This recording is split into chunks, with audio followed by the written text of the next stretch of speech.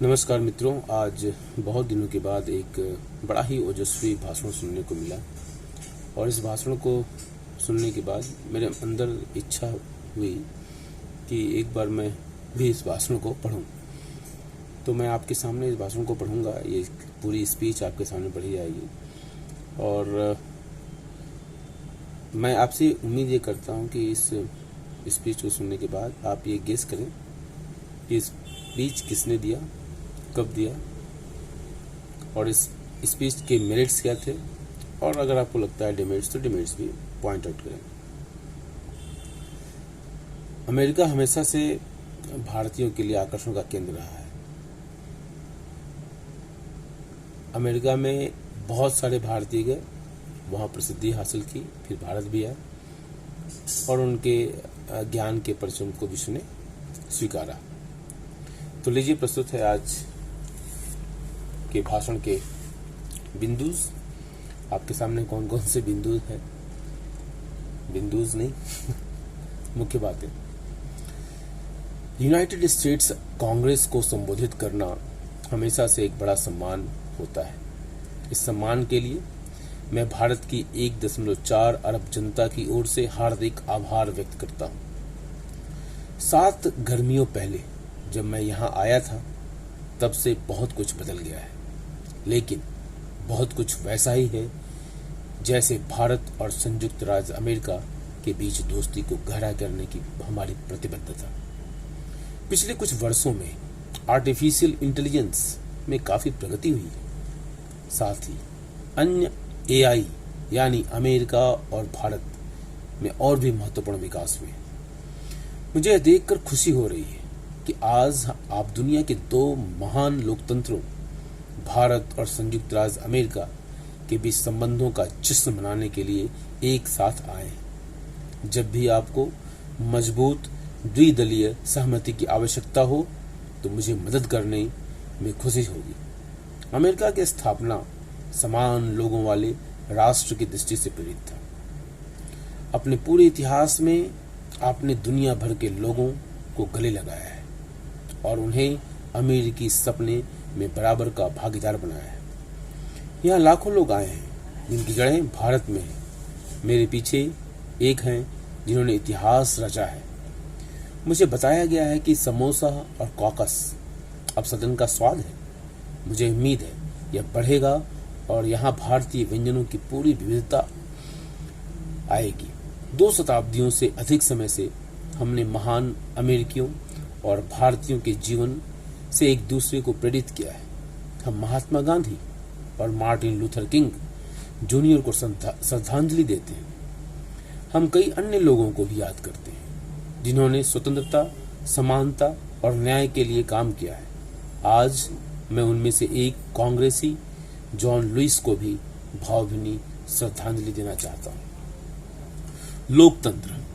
लोकतंत्र हमारे पवित्र और साझा मूल्यों में से एक है। लोकतंत्र वह भावना है जो समानता और सम्मान का समर्थन करती है। लोकतंत्र वह विचार है जो बहस और चर्चा का स्वागत करता है। लोकतंत्र वह संस्कृति है जो विचार और अभिव्यक्ति को पंख देती है। लोकतांत्रिक भावना के विकास में भारत लोकतंत्र की जननी है। सहस्राब्दियों पहले हमारे ग्रंथों में कहा गया था, एकम सत विप्रा बहुधा वदंती। इसका अर्थ है सत्य एक है, लेकिन बुद्धिमान उसे अलग अलग तरीकों से व्यक्त करते हैं। अब अमेरिका सबसे पुराना और भारत सबसे बड़ा लोकतंत्र है। हम सब मिलकर दुनिया को बेहतर भविष्य और भविष्य को बेहतर दुनिया देंगे। पिछले वर्ष भारत ने आजादी के 75 वर्ष पूरे किए। यह सिर्फ लोकतंत्र का ही नहीं बल्कि विविधता का भी उत्सव था। न सिर्फ संविधान बल्कि उसकी सामाजिक सशक्तिकरण की भावना का भी, न केवल हमारे प्रतिस्पर्धी और सहकारी संघवाद का बल्कि हमारी आवश्यक एकता और अखंडता का भी। हमारे यहाँ 2500 से अधिक राजनीतिक दल हैं। विभिन्न राज्यों में लगभग 20 अलग अलग पार्टियां शासन करती हैं। हमारी 22 आधिकारिक भाषाएं और हजारों बोलियां हैं, फिर भी हम एक स्वर में बोलते हैं। हर 100 मील पर हमारा भोजन बदल जाता है। हम दुनिया के सभी पंथों का घर हैं। हम उन सभी का जश्न मनाते हैं। भारत में विविधता जीवन जीने का एक स्वाभाविक तरीका है। अर्थव्यवस्था की हम बात करते हैं। जब मैं प्रधानमंत्री के रूप में पहली बार अमेरिका का दौरा किया, तब भारत दुनिया की 10वीं सबसे बड़ी अर्थव्यवस्था था। आज भारत 5वीं सबसे बड़ी अर्थव्यवस्था है। भारत जल्द ही 3री सबसे बड़ी अर्थव्यवस्था होगा। हम न केवल बड़े हो रहे हैं, बल्कि तेजी से बढ़ भी रहे हैं। जब भारत बढ़ता है तो पूरी दुनिया बढ़ती है। पिछली शताब्दियों में जब भारत ने स्वतंत्रता हासिल की, तो इसने कई अन्य देशों की औपनिवेशिक शासन से खुद को मुक्त करने के लिए प्रेरित किया। इस सदी में जब भारत विकास के मानक स्थापित करेगा, तो यह कई अन्य देशों को भी ऐसा करने के लिए प्रेरित करेगा। हमारा दृष्टिकोण सबका साथ, सबका विकास और सबका विश्वास, सबका प्रयास है। हम बुनियादी ढांचे के विकास पर ध्यान केंद्रित कर रहे हैं। हमने लगभग 4 करोड़ घर दिए हैं। यह ऑस्ट्रेलिया की जनसंख्या का लगभग 6 गुना है। हम एक राष्ट्रीय स्वास्थ्य बीमा कार्यक्रम चलाते हैं, जो लगभग 50 करोड़ लोगों के लिए मुफ्त चिकित्सा सुनिश्चित करता है। यह दक्षिण अमेरिका की जनसंख्या से भी अधिक है। हमने दुनिया के सबसे बड़े वित्तीय समावेशन अभियान के साथ बैंकिंग सुविधा को उन लोगों तक पहुंचाया है जिनके पास बैंकिंग सुविधा नहीं थी। लगभग 50 करोड़ लोगों को लाभ हुआ।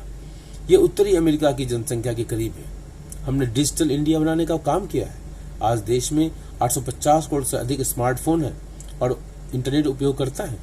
यह यूरोप की जनसंख्या से भी अधिक है।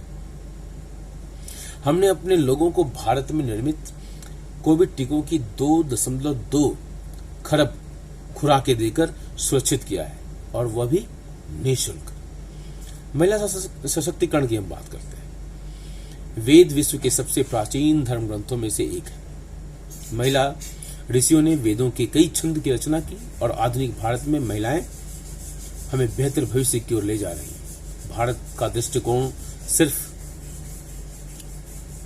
महिलाओं को लाभ पहुंचाने वाला विकास नहीं है, यह महिला नेतृत्व वाले विकास का भी हिस्सा है, जहां महिलाएं प्रगति की यात्रा का नेतृत्व करती हैं। एक साधारण वनवासी पृष्ठभूमि से निकलकर एक महिला हमारी राष्ट्रीय प्रमुख बनी। लगभग 50 लाख निर्वाचित महिलाएं विभिन्न स्तरों पर हमारा नेतृत्व करती हैं।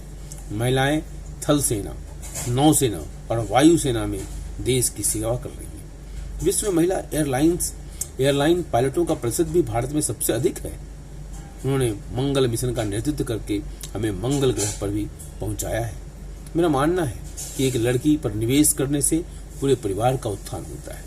महिलाओं को सशक्त बनाना राष्ट्र को बल देता है। डिजिटल इंडिया, डिजिटल भारत अपनी परंपराओं के लिए जाना जाता है, लेकिन युवा पीढ़ी इसे टेक्नोलॉजी का हब भी बना रही है। भारत में प्रौद्योगिकी न केवल नवाचार बल्कि समावेशन के बारे में भी है। पिछले 9 वर्षों में 1 अरब से अधिक लोगों को बैंक खातों और मोबाइल फोन से जुड़ी एक अद्वितीय डिजिटल बायोमेट्रिक पहचान मिली है। यह डिजिटल सार्वजनिक बुनियादी ढांचा हमें वित्तीय सहायता के साथ नागरिकों तक सेकंडों में पहुंचने में मदद करता है। 85 करोड़ लोगों को उनके खातों में प्रत्यक्ष लाभ वित्तीय हस्तांतरण प्राप्त होता है। साल में 3 बार एक क्लिक पर 10 करोड़ से अधिक किसानों को बैंक खाते में सहायता प्राप्त होती है। ऐसे हस्तांतरणों का मूल्य 320 अरब डॉलर से अधिक हो गया है। हमने इस प्रक्रिया में 25 अरब डॉलर से अधिक की बचत की है। यदि आप भारत का दौरा करें तो देखेंगे कि हर कोई भुगतान के लिए फोन का उपयोग कर रहा है, जिसमें फुटपाथ विक्रेता भी शामिल है। पिछले साल दुनिया में 100 रियल टाइम डिजिटल भुगतानों में से 46 भारत में हुए। किसान मौसम संबंधी अपडेट देखते हैं, बुजुर्गों को सामाजिक सुरक्षा भुगतान मिलता है, छात्रों को छात्रवृत्ति मिलती है, डॉक्टर टेलीमेडिसिन देते हैं और छोटे व्यवसायों को फोन पर सिर्फ एक टैप से ऋण मिल जाता है। स्वच्छ ऊर्जा की बात करते हैं। हमारा मानना है कि माता भूमि पुत्रो अहम पृथ्व्या। इसका अर्थ है पृथ्वी हमारी माता है और हम उसकी संतान हैं। सबसे तेजी से बढ़ती अर्थव्यवस्था बनते हुए हमने भी अपनी सौर क्षमता में 2300% की वृद्धि की है। हम पेरिस प्रतिबद्धता को पूरा करने वाले एकमात्र G20 के देश बन गए हैं।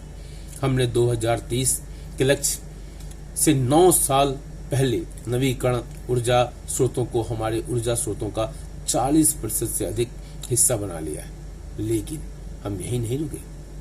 ग्लासगो शिखर सम्मेलन में मैंने पर्यावरण के लिए मिशन लाइफ स्टाइल का प्रस्ताव रखा। यह स्थिरता की एक सच्चा जन आंदोलन बनने का तरीका है। हम केवल सरकारों का काम समझकर न छोड़ें, हम वसुधैव कुटुंबकम के आदर्श वाक्य पर चलते हैं। दुनिया के साथ हमारा जुड़ाव हर किसी के लाभ के लिए है। वन सन, वन वर्ल्ड, वन ग्रिड। दुनिया को स्वच्छ ऊर्जा से जोड़ने में हम सभी को शामिल होना चाहिए।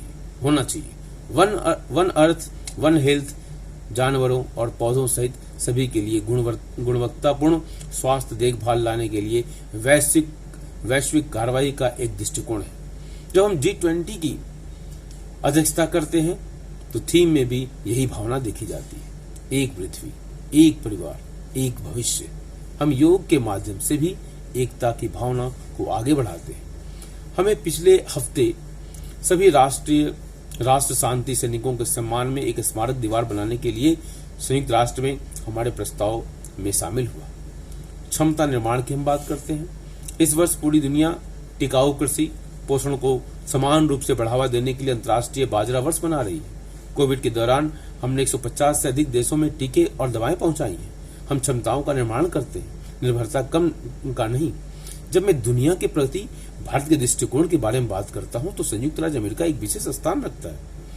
जब भारत में रक्षा और एयर स्पेस बढ़ता है तो वाशिंगटन, एरिजोना, जॉर्जिया, अलबामा, दक्षिण कैरोलिना और पेंसिल्वानिया राज्यों में उद्योग बढ़ते हैं।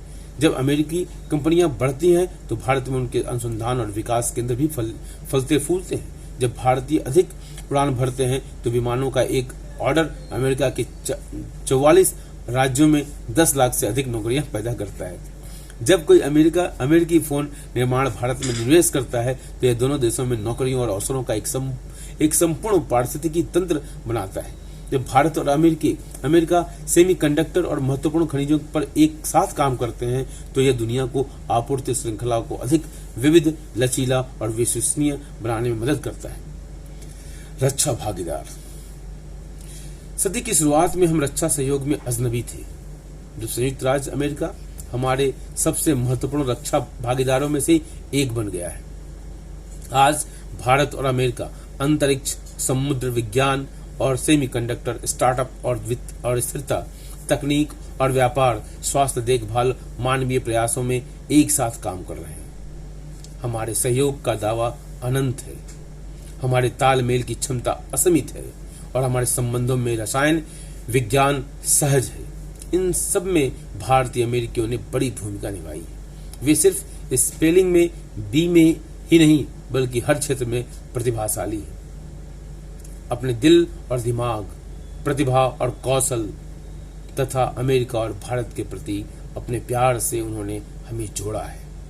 अतीत के प्रत्येक भारतीय प्रधानमंत्री और अमेरिकी राष्ट्रपति ने हमारे संबंधों को आगे बढ़ाया है, लेकिन हमारी पीढ़ी को इस नई ऊंचाई पर ले जाने का गौरव प्राप्त है। मैं राष्ट्रपति बाइडेन से सहमत हूं। यह इस सदी की एक निर्णायक साझेदारी है क्योंकि यह एक बड़े उद्देश्य की पूर्ति करता है। प्रौद्योगिकी 21वीं सदी में एक सुरक्षा, समृद्धि और नेतृत्व का निर्धारण करेगी। इसलिए दोनों देशों ने एक महत्वपूर्ण और उभरती प्रौद्योगिकी के लिए पहल की स्थापना की है। हमारी ज्ञान साझेदारी मानवता की सेवा करेगी और जलवायु परिवर्तन, भूख और स्वास्थ्य की वैश्विक चुनौतियों का समाधान तलाशेगी, युद्ध नहीं। पिछले कुछ वर्षों में गहन विघटनकारी विकास हुए हैं। यूक्रेन संघर्ष के साथ यूरोप में युद्ध लौट आया है। चूंकि इसमें प्रमुख शक्तियां शामिल हैं, परिणाम गंभीर होंगे। ग्लोबल साउथ के देश में विशेष रूप से प्रभावित हुए हैं। वैश्विक व्यवस्था संयुक्त राष्ट्र चार्टर के सिद्धांतों के सम्मान, विवादों के शांतिपूर्ण समाधान और संप्रभुता और क्षेत्रीय अखंडता के सम्मान पर आधारित है। जैसा कि मैंने प्रत्यक्ष और सार्वजनिक रूप से कहा है, यह युद्ध का युग नहीं है। हम सभी को रक्तपात और मानवीय पीड़ा को रोकने के लिए यह सब करना चाहिए जो हम कर सकते हैं। जबरदस्ती और टकराव के काले बादल इंडो पैसिफिक में अपनी छाया डाल रहे हैं। क्षेत्र की स्थिरता हमारी साझेदारी की केंद्रीय चिंताओं में से एक बन गई है। हम एक स्वतंत्र, खुले और समावेशी इंडो पैसिफिक दृष्टिकोण को साझा करते हैं जो सुरक्षित समुद्र से जुड़े हैं, अंतर्राष्ट्रीय कानून द्वारा परिभाषित हूँ, प्रभुता से मुक्त हूँ और आसियान केंद्रीयता में स्थापित हूँ। हमारा दृष्टिकोण रोकने या बहिष्कृत करने का नहीं, बल्कि शांति और समृद्धि का एक सहयोगी क्षेत्र बनाने का है। हम क्षेत्रीय संसाधनों और क्षेत्र के भीतर और बाहर के अपने भागीदारों के साथ काम करते हैं। इसमें क्वाड क्षेत्र की भलाई की एक बड़ी ताकत बनकर उभरा है। 9/11 के 2 दशक से भी अधिक समय बाद मुंबई में 26/11 के 1 दशक से भी अधिक समय बाद कट्टरवाद और आतंकवाद पूरी दुनिया के लिए गंभीर खतरा बना हुआ है। हमें आतंक को प्रायोजित और नियंत्रित निर्यात करने वाले ऐसी सभी ताकतों पर काबू पाना होगा। संस्थाएं भी बदलें। कोविड-19 का सबसे बड़ा प्रभाव इसके कारण हुई मानवीय क्षति और पीड़ा थी। जैसे ही हम महामारी से बाहर निकलते हैं, हमें एक नई विश्व व्यवस्था को आकार देना होगा। ग्लोबल साउथ को आवाज देना ही आगे बढ़ने का रास्ता है। इसलिए मेरा दृढ़ विश्वास है कि अफ्रीकी संघ को G20 की पूर्ण सदस्यता दी जानी चाहिए। हमें बहुपक्षवाद को पुनर्जीवित करना चाहिए और बेहतर संसाधनों और प्रतिनिधित्व के साथ बहुपक्षीय संस्थाओं में सुधार करना चाहिए। यह शासन की हमारी सभी वैश्विक संस्थाओं, विशेषकर संयुक्त राष्ट्र पर लागू होता है। जब अब दुनिया बदल गई है, तो हमारी संस्थाएं भी बदलनी चाहिए। आज हम अपने संबंधों की एक नई सुबह में खड़े हैं, जो न केवल दोनों देशों बल्कि दुनिया के भाग्य को भी आकार देता है। जैसा कि युवा अमेरिकी कवि अमांडा गोर्मन ने व्यक्त किया है, जब दिन आता है तो हम छाया से बाहर निकलते हैं, प्रसन्न और निडर होकर। जैसे ही हम इससे मुक्त होते हैं, नई सुबह खिलती है, क्योंकि प्रकाश हमेशा रहता है, बशर्ते हम उसे देखने के लिए पर्याप्त साहसी हों।